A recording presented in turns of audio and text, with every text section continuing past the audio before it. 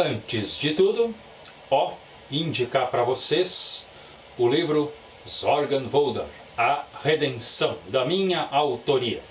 Há vídeos aqui no YouTube fazendo a resenha do mesmo, né? Eu também tenho mais livros desse universo aqui, lá no site Clube de Autores. Bem como outros livros da área da ufologia, que é outro eterno mistério aí que eu tenho paixão. Nunca esquecendo, a camiseta que o meu personagem recebeu. Aqui, cara do livro, e atrás, é claro, falando desse humilde youtuber aqui, cuja paixão é que faz as coisas aí acontecerem, atrás. Portanto, prestigie aí o meu canal e conheça o universo de Zorgenwälder.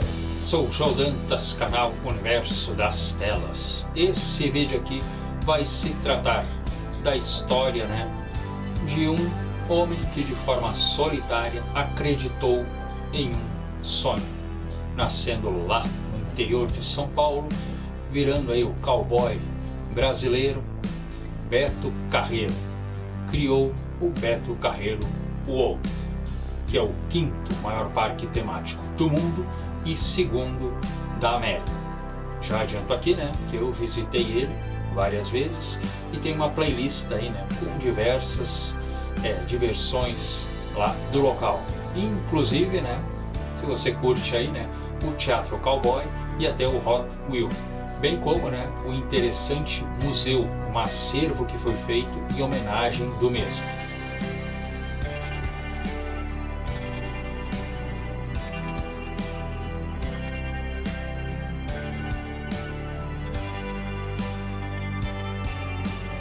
Em 9 de setembro de 1937, nascia João Batista Sérgio Murat, em São José do Rio Preto, interior de São Paulo. Seu pai, Alexandre, com uma carroça, faria vários carretos e desde menino ele acabou trabalhando com o mesmo. Inclusive seu pai ganhou o apelido, Alexandre Carreiro, que mais tarde, é claro, o Beto acabaria pegando para si. Mas ainda menino, ele já colocava vários adornos na carroça, se vestia de forma colorida e quando podia até deixava tocar uma música. Essa ideia de mundo colorido e mágico parece que já estava na mente dele e as pessoas em geral gostavam muito. Em 1955, com 18 anos de idade, começa uma carreira de cantor, chamado João Carreirinho, mas não deu muitos frutos. Inclusive, antes dele encerrar a carreira, ele teve que mudar o seu nome. Ele acabou escolhendo Beto Carreiro. Isso porque surgiu um músico na região ali com mais popularidade. Até 1958, abandona a carreira de cantor e ele acaba entrando no músico, promovendo cantores, promovendo shows e acaba encontrando muito, do seu lado mais profissional, que anos 60 apenas iria, mergulhar mais ainda nesse ramo. Como promotor, ele começaria a vender produtos, para a Folha de São Paulo. Inclusive nesse momento ele teria grande apoio, de Dino Santana, que é irmão, do trapalhão Dedé Santana, com quem ele faria uma grande amizade e inclusive com a própria família do mesmo. Chegou a abrir, a sua própria empresa, para promover artistas e eventos, e acabou vendendo a mesma, por um ótimo preço. Ele finalmente estava dando passos largos, para mais e mais acima. Começa a trabalhar na área da promoção, para uma empresa de tecido no estado de Santa Catarina, iniciando aqui uma paixão, por esse estado, aonde futuramente, ele faria aí o seu grande parque temático. Anos 60, aliás, ele começaria também, a viajar com o seu circo, sempre dando aquele ar, do cowboy de chicote, já que o Beto não usava arma de fogo nem faca, apenas o chicote, em meio também trazendo, aquela cultura dos filmes de faroeste. É claro que o seu circo nas suas viagens foi crescendo, né, até se tornar ao ponto de ter enormes tigres, elefantes e outros animais. Até países da América Latina, né, conheceram o seu circo. Inclusive foi uma das atrações, né, por um certo tempo no seu próprio parque.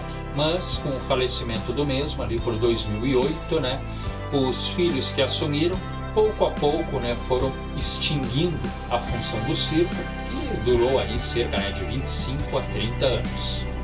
Anos 60, inclusive, né, a sua projeção faria com que ele começasse aos poucos a botar o pé na área da televisão.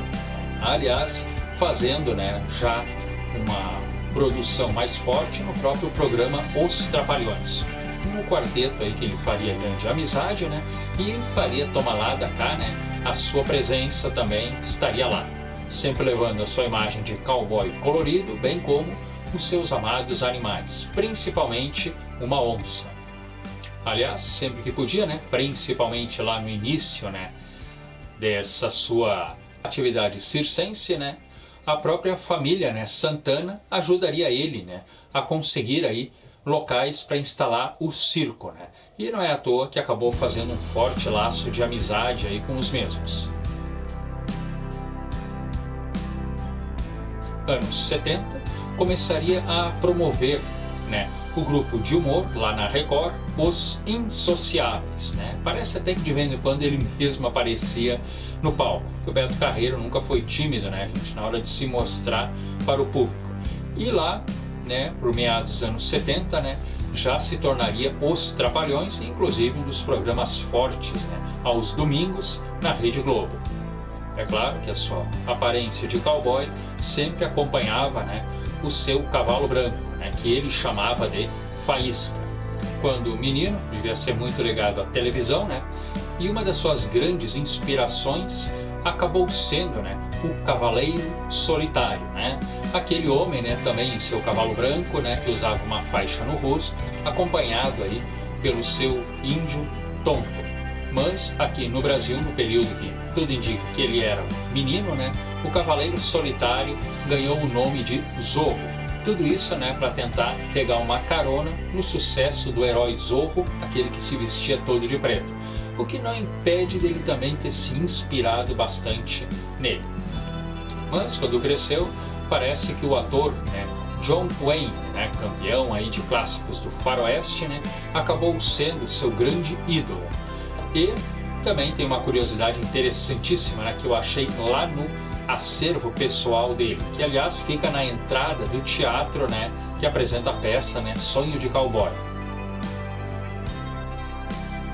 Anos 80, ele começa também a aparecer em outros programas da Rede Globo, inclusive, né, contribuindo já na produção de filmes, onde estava ele lá com os Trapalhões.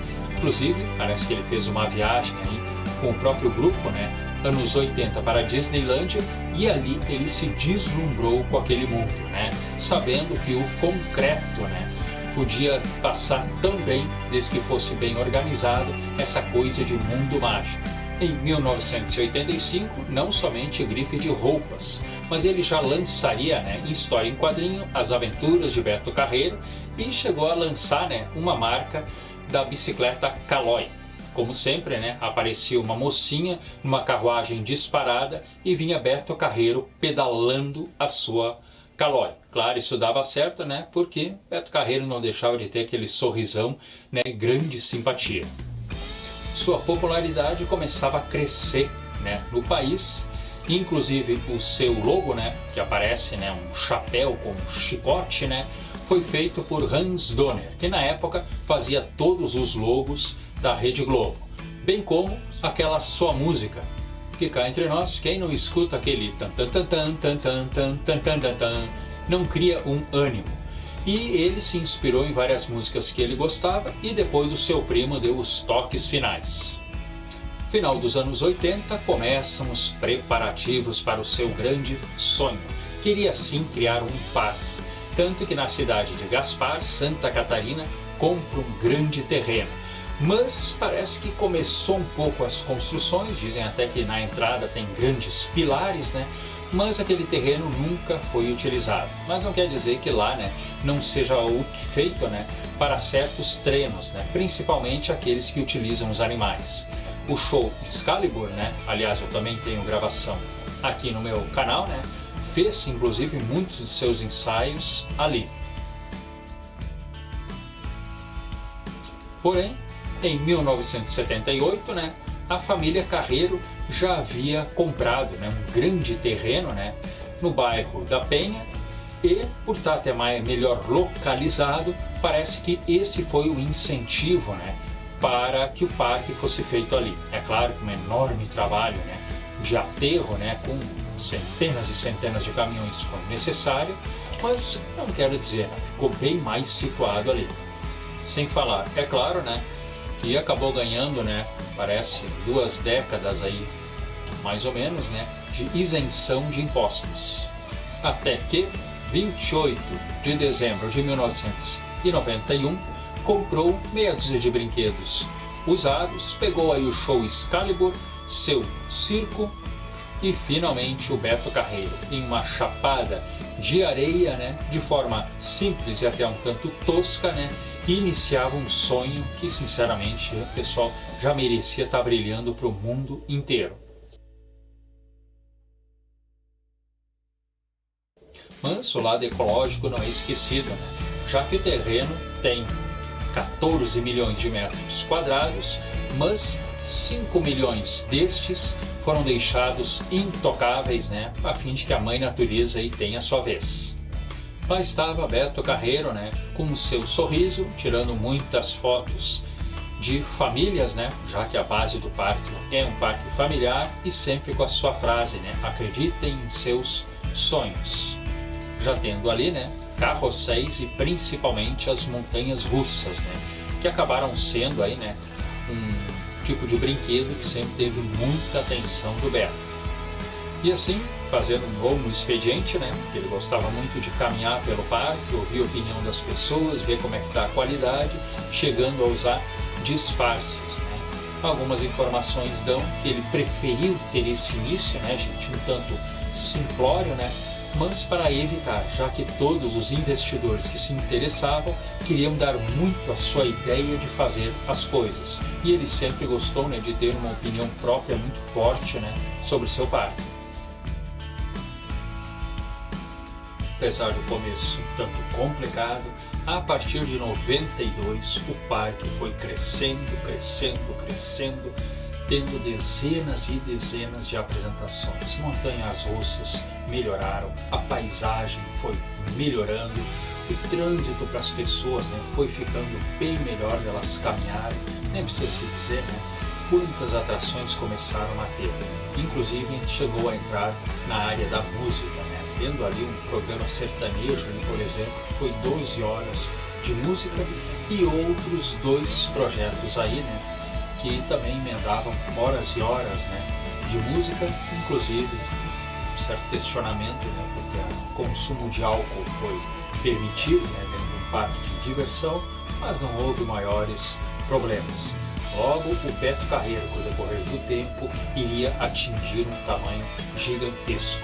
Inclusive algumas apresentações ali, tipo uma apresentação ao estilo, né, se não me engano, Piratas do Caribe, né, que as pessoas de fato caminhavam no meio da mata, né, chegava a ter 100, né, pessoas trabalhando no espetáculo, né, para ter uma ideia assim dos tantos projetos gigantescos que tiveram. Eu queria fazer detalhado, mas me surpreendi, né, a quantidade de coisas que teve, né, e apesar de estar fazendo sucesso, o parque decidia retirar elas para apostar em outras, né, tudo na busca aí da novidade. Mas vou fazer aí um pequeno resumo, né, de tudo isso, né, inclusive do momento que quase que o Beto Carreiro fecha, né, devido a uma crise financeira. 1997 ocorreu um certo antagonismo, né, já que ali o parque, por exemplo, né, faria, né, a sua grande entrada, aquele castelo colorido esplêndido, né, colocando ali uma área de 10 mil metros quadrados, né, com aquela gigantesca recepção, entrando aí para o hall aí das maiores e mais bonitas do mundo. mas muitos projetos começam a ficar de lado, né? Como por exemplo, né, a criação de um hotel que teria cerca de 200 quartos, feito para turistas, teria inclusive, né, um metrô que sairia dali até o aeroporto para buscar os mesmos. Aliás, esse metrô ficou do lado de dentro, o lago que você entrava ali na gigantesca recepção, né? Ele ficou do lado de cima, né? Onde inclusive foi construído 2 ou 3 suítes de luxo, que era para chegar a 20, né? E aquele metrô ficou lá em cima até 2006. Você quer ver como era a primeira bilheteria do parque? Ela ainda está lá. É utilizada hoje, né, por pessoas que fazem aqueles serviços assim de ajuda, por exemplo, o Corpo de Bombeiros. Havia mais o projeto, né, de mais parques, né, pelo Brasil, como por exemplo 2 em São Paulo, mas também tiveram que ficar aí, né, só na vontade. Claro que muitos desafios foram aparecendo, né? Afinal, o único parque que consegue superar o Beto Carreiro é o Oppenheimer, se não me engano ele fica no Canadá, né? Por isso a compra, né, de muitos entretenimentos que vinham até já dos Estados Unidos, chegavam aqui e tinham séria dificuldade de serem instalados, às vezes até por dificuldade técnica aqui do nosso país, ou simplesmente quando abriam os containers, os entretenimentos estavam, olha, em estado um tanto desgastado que exigia muito trabalho e às vezes até eram devolvidos. Este vídeo vai encerrando por aqui, falando um pouco a história aí, né, desse cavaleiro solitário, né, Beto Carreiro, né, que trouxe aí, né, essa gigantesca história, né, de determinação sobre um sonho que hoje todos nós podemos ser privilegiados, né, andando aí um pouco no mundo da fantasia e deixando essa realidade tão, às vezes, né, desencantada que ela pode ser. Obrigado por ter chegado até aqui, dê o OK, inscreva-se, entre para a família e vamos seguir juntos.